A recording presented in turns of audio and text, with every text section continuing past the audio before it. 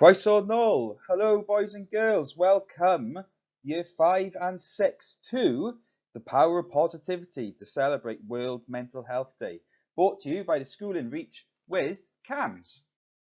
So, positivity really can help make the world go around. Pay close attention today to find out the true power of positivity throughout this presentation. And stay tuned for your positivity mission at the end.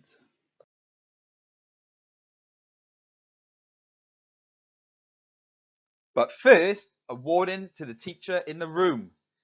When you see this clock, teacher, you may pause this video and discuss the prompts with your class, or you may choose to get your class to discuss it with their partner. So, here we have our first clock. It's our first little task to stop and think. If your teacher will allow you to talk to each other, have a look at the little prompts, or if your teacher would prefer, have a little think about these. What was your last positive experience? What made the experience positive? How do you feel when you think about this experience? And lastly, a big question, could you define what is positivity?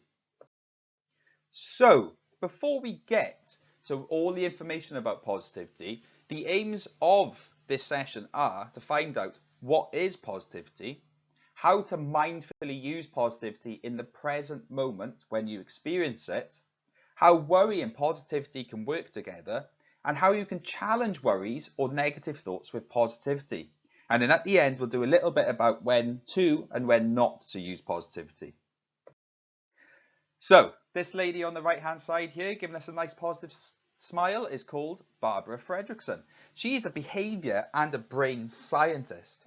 And what she studies is positivity, happiness, and how the brain communicates positivity and happiness, and also how we experience negativity and can use positivity to combat that. She says that feeling happy is created from being able to think positively. Thinking positively increases resilience. Now, resilience is a big word at the moment. What does that mean? Resilience is the ability to bounce back after experiencing negative emotions or an experience. Negativity is part of life, unfortunately. It's always going to come, sometimes when we expect it, sometimes when we don't expect it. But if we practice thinking positively, we can charge ourselves up with positivity and challenge the negativity when it does come. So, some of us around this room will think positively often already. Our brains are wired in a positive way. Some of us may be a little bit more unfortunate and think negatively more than others will. But we all worry sometimes. And this could be about friends, family, teachers, texts, and much more. Anything really. Worrying is completely normal. But how can we use positivity to charge up our feel-good emotions and break our worries and become more resilient? So, one way that we can bounce back from negativity when it does happen is being mindful of positivity to build resilience. So that means you're being mindful of positivity in the present moment. That is, when you experience positivity right there, notice it as it happens. Capture that moment of joy, the amusement that you get in that moment. Maybe you see someone doing something amazing, the inspiration, and really feel that. Acknowledge it. For example, you could have made your friend laugh. You think to yourself, that feels good. Do you know what? I must be funny and I'm a good friend. I'm enjoying myself. So in that moment when you're having a laugh and a giggle, maybe somebody makes a funny noise, you tell a joke in reply, you stop and you think to yourself, this is positive. This is good. Or maybe you think to yourself, I was stuck on that maths question, but what's positive is I really kept trying. And you think, do you know what? I don't give up. I am proud of myself. And you take the time to notice that and take the positivity from that experience. Or Maybe you have a little bit of a random act of kindness and you do something for someone. In this example, your mum was ill, so you helped her clean up.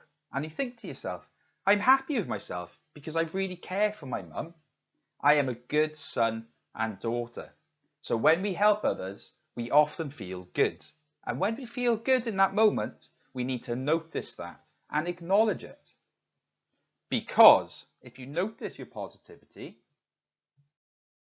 when we notice our positivity now, we power up our ability to bounce back when something negative does happen. So the more we train our brain to be positive in the very moment, in the present, and we notice and we acknowledge the positivity, the more positive our brain can be in every moment. So, for example, maybe you're worried about going into a new teacher's class. This worry could be that the teacher's going to be strict. It could be a worry about yourself, that you know you lose focus, and if they're strict, maybe they'll be annoyed with you. You notice your worry. Maybe you feel it in your body. Your tummy might have butterflies. Your body might be a bit shaky. Maybe you're a bit starey and your thoughts have gone blank. Or your thoughts are racing and running away with you. You notice this feeling and you go, this is me worrying. I need to try and challenge this and power up my positivity. So you look for positive evidence from previous experiences with teachers. And you think to yourself, well, do you remember Mr. Jones? He was quite strict, but he was really nice as well. He helped me lots, and I think that he liked that I listened. Maybe Mrs. Davis, your new teacher, will be the same. And before your next lesson, you think you're going to positively plan for your new teacher. And you think to yourself, I can get distracted sometimes, so I will try my best to listen. And then you remember, do you know what? All children get distracted sometimes, and that's okay, because teachers can help if I need to get back on track. You also think, if I do get stuck, I will put my hand up and wait patiently. So you go to your first lesson, and then afterwards you take time to reflect on the positivity you experienced in that lesson. And you tell yourself, I was good in that lesson. My teacher must be happy with me because I listened really well. And the next day you go back to Mrs. Davis's class and you have another lesson. And after that lesson, you take time to reflect on the positives that you can take from it. And you think, even though I got some questions wrong, I was good in that lesson. And Mrs. Davis even said she was happy with me because I tried my best. Do you know what? I'm really proud of myself. And then before your third lesson, you notice, do you know what? I don't feel that worried. I've had 2 positive lessons already. I think this one will be the same. And you actually think, I like Mrs. Davis because she knows that I try my best.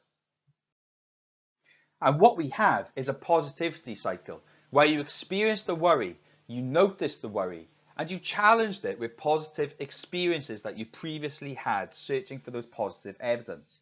You then take the time to purposefully notice, in reflection, what was good and positive about that lesson. And it's important that we do this every day, over and over and over and over and over and over and over.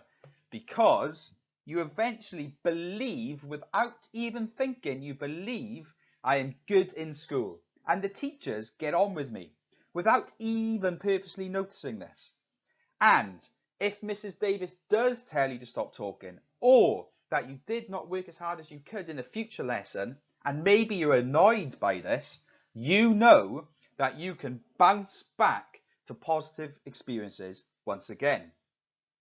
That is resilience. Okay, Teacher Warden, we got a clock there. We're going to pause at some point if you want to. It's your turn to challenge with positivity.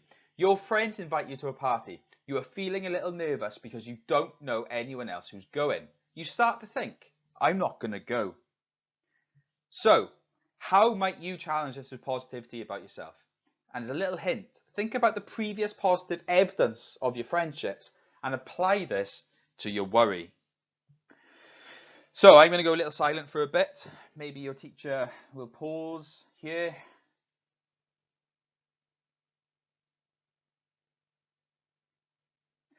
And I'm going to keep going now. So there's no right answers here, but this is what I came up. Maybe you could remind yourself of a previous time you made a friend. This could be at a park or in school, and you tell yourself, I can do it again. Or you try to change worry into excitement, because worry and excitement are actually very close emotions. If you can do this and you think, I can make more friends at the party, then you give yourself the positive affirmations and you tell yourself the qualities that make you a good friend. I'm chatty, I'm caring, I can be funny, and I like to play games with other kids. So I will be okay at the party. Right, okay, so we're going to dip back into the science of positivity. And here's our friend Barbara again over on the left-hand side, giving us a nice positive smile. And she says that positivity is constructed from lots of individual good experiences that result in feel-good emotions. And these are the experiences and the emotions we feel that create a sense of positivity. We have gratitude, awe, amusement, love, serenity, joy, pride, hope, interest, inspiration. Now, it's important we remember you don't need all of them to make positivity. You need just one. But if we can build all of the different ones, one on top of each other, the more positive we can be in most circumstances of life. So we're going to look at that first one that builds positivity that Barbara suggests, and that's showing gratitude or being grateful of the small things that happen every day. That could be the positive times you spend with your parents, your carers, or your friends. This could be the help that you receive from a teacher. It could be the food that you have at home. It might be that you live close to a beach and you feel grateful for that. Or even being grateful that you have a dog, a cat, or any other pets that maybe you can stroke and it makes you feel good. So teacher, here's our clock again. What I would like you to do is pause this video when you can and think of something for the class that you are grateful for in your life.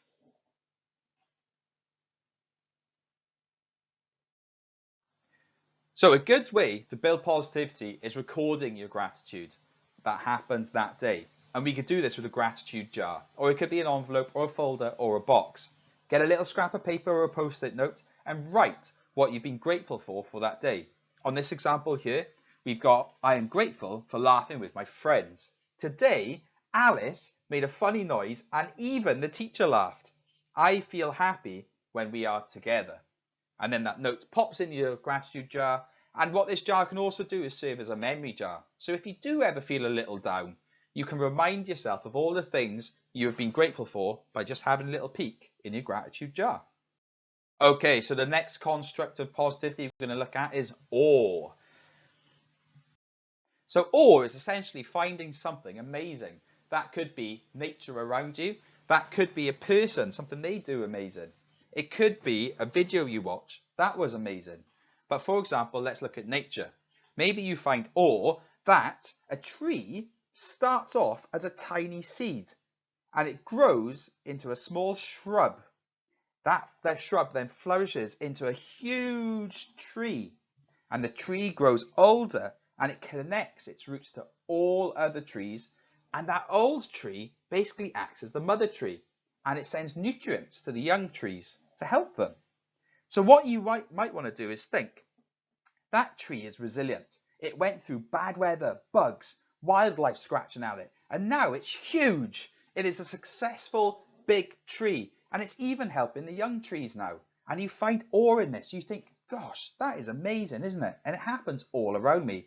Because if you train your brain to be positive about the world around you, so that when negativity comes, your brain is ready to think positively. You could also find amazement and awe in your own achievements, or even in your friends' success. Okay, teacher, so I'm sorry to keep you busy, but we've got another little alarm clock there. I'm going to pause in a second, and I would like your class to think about what is something that you have found awe in. And also, why did it make you feel awe?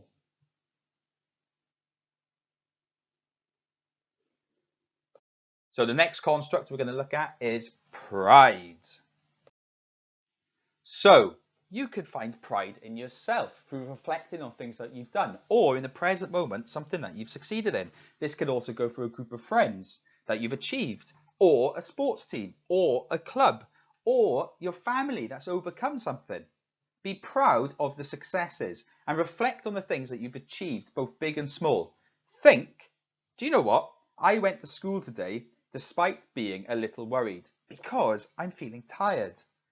That takes courage, guys, to go to school when you're feeling a bit off. And you think to yourself, I'm proud of myself.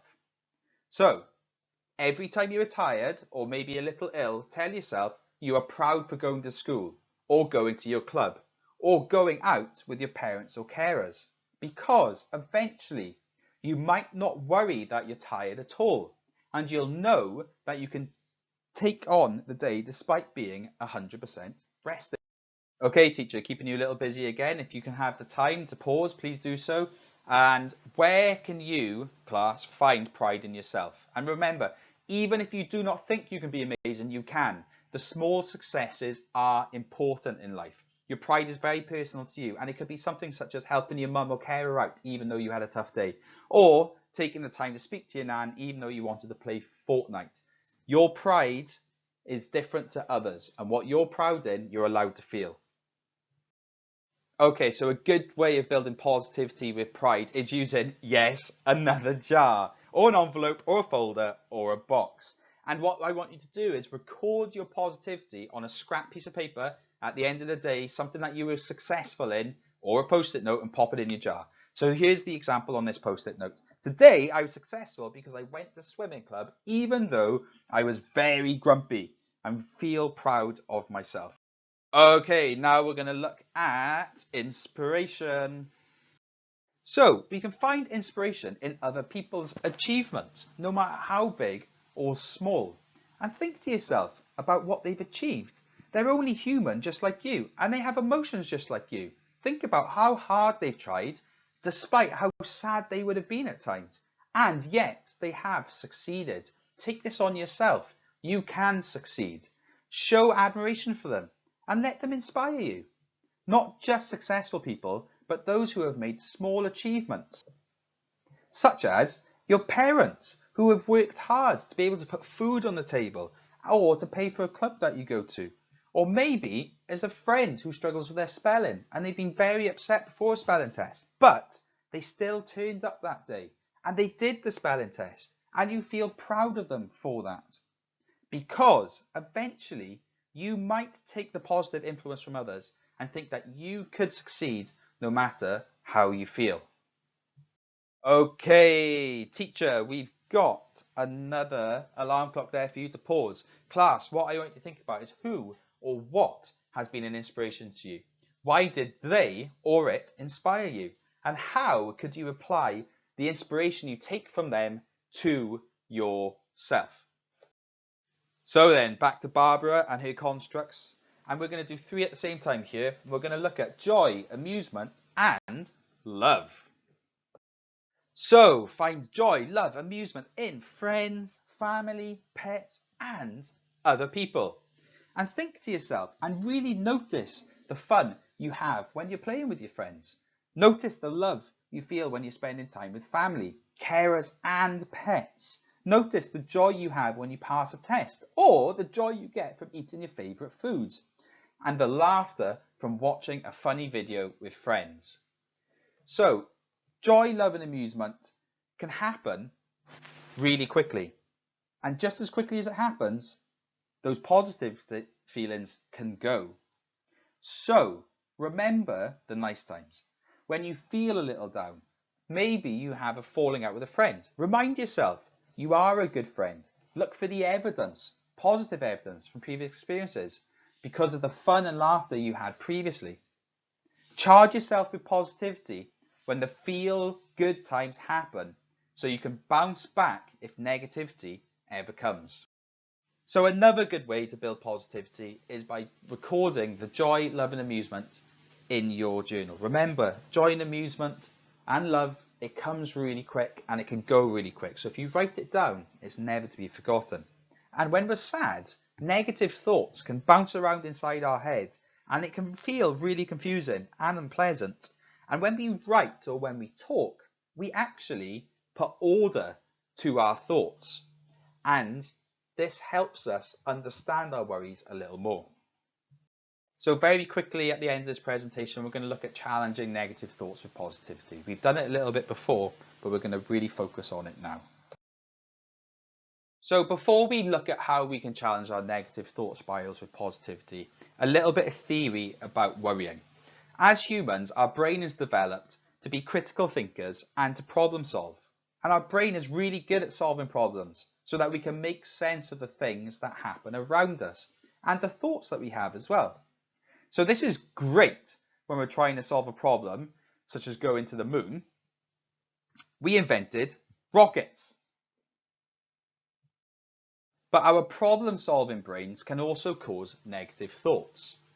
This is because when we experience negativity, we want to solve the problem. And we look at how we can do that, and we can slip into negativity sometimes. Such as, here's Yoshi and Mario. Yoshi's come in today, and he hasn't said anything to Mario. And Mario goes, why hasn't my friend said hello to me today? To make sense of this, and to problem solve, we can go into negative thought spiral. Mario straight away bounces to a negative thought and he thinks, I must have done something wrong yesterday. And then he bounces to another one and he goes, I probably annoyed them. And then he straight away bounces to another negative thought to solve his problem. I do annoy people. And unfortunately, Mario's negative thoughts have spiraled all the way down until he's cast a very negative judgment on himself. I'm not a good friend. What's happened here is Mario has negatively problem solved without looking for evidence. So, after all that feelings, Yoshi comes over and he goes, morning Mario, sorry for the snot. I'm not feeling very well today, so I'm just being a bit quiet. And Mario responds, oh, I thought that you were ignoring me because I hadn't been a good friend. Let me know if I can help you. Sorry for my accent. And we call this process catastrophizing, a catastrophe, or a negative thought spiral where we have a negative experience and we try and make sense of that negative experience with a negative problem solving, which eventually leads us to a negative solution or judgment on ourselves, where we feel sad, worried, annoyed, not good enough. The good news is that we can try to stop this negative spiral with positive thoughts and practicing positivity as much as we can. So we're training our brain to automatically challenge these negative thoughts. We need to first notice when a negative thought pops into our mind. We can then challenge the negative thoughts with a positive reason or positive reassurance. If the negative thought keeps happening, we could look for evidence to challenge that. So Mario goes from, why isn't my friend said hello to me today? That's strange. I don't think anything happened yesterday. I'm a good friend with Yoshi. And then he looks for positive evidence. I'm going to go and check in with Yoshi.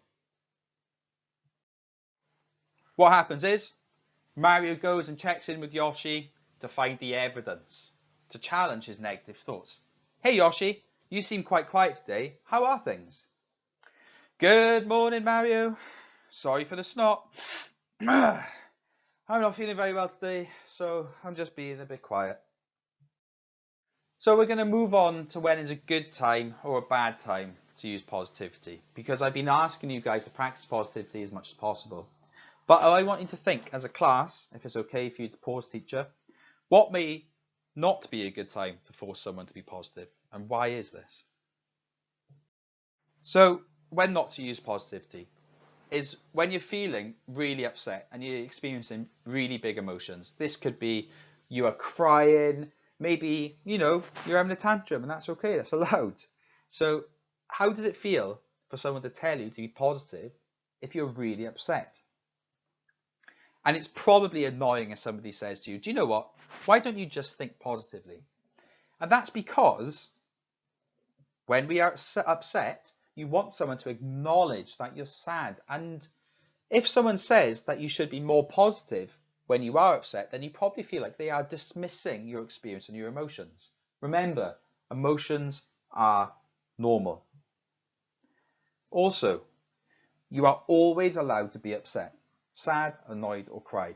Let yourself have these emotions when you need to let them out. Maybe when you're feeling a little calmer, you could think about what made you sad and how to approach the situation more positively next time. So here's your positive omission for today. I would like you to think of 3 things, or places, or people, or memories that make you happy. I would like you to try and complete 1 random act of kindness.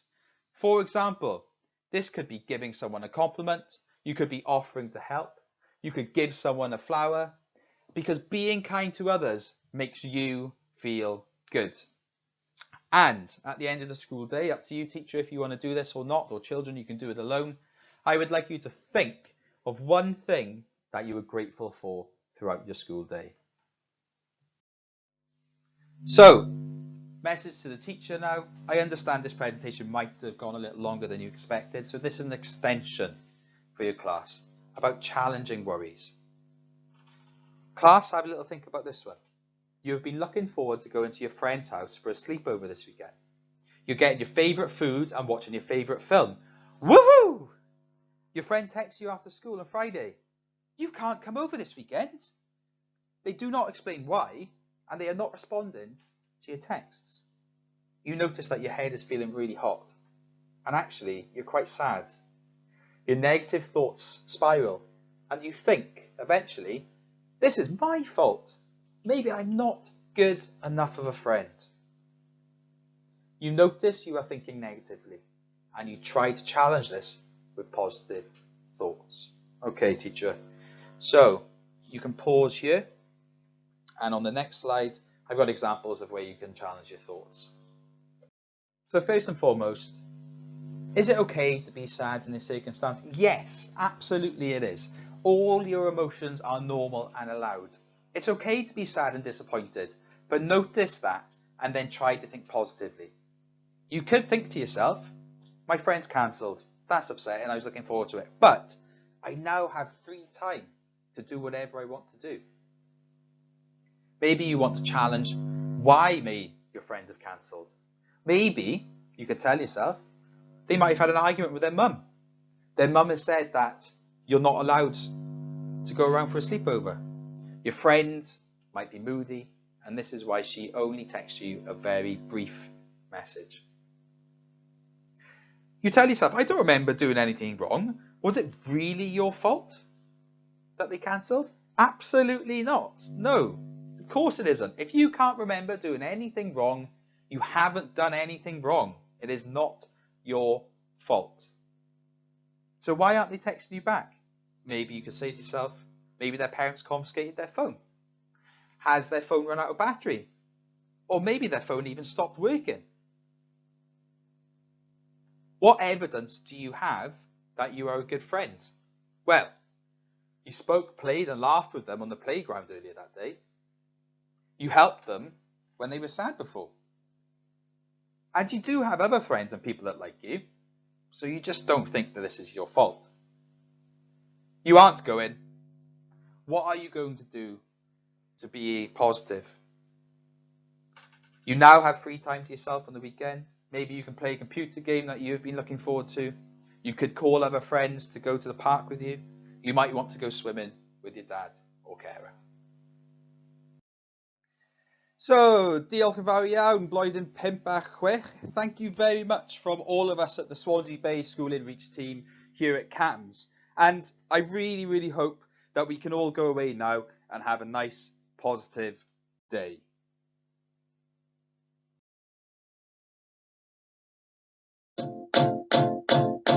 It might seem crazy what I'm about to say. Sunshine, she's here, you can take a break. I'm a hot air balloon that could go to space. With the air, like I don't care, baby, by the way. Because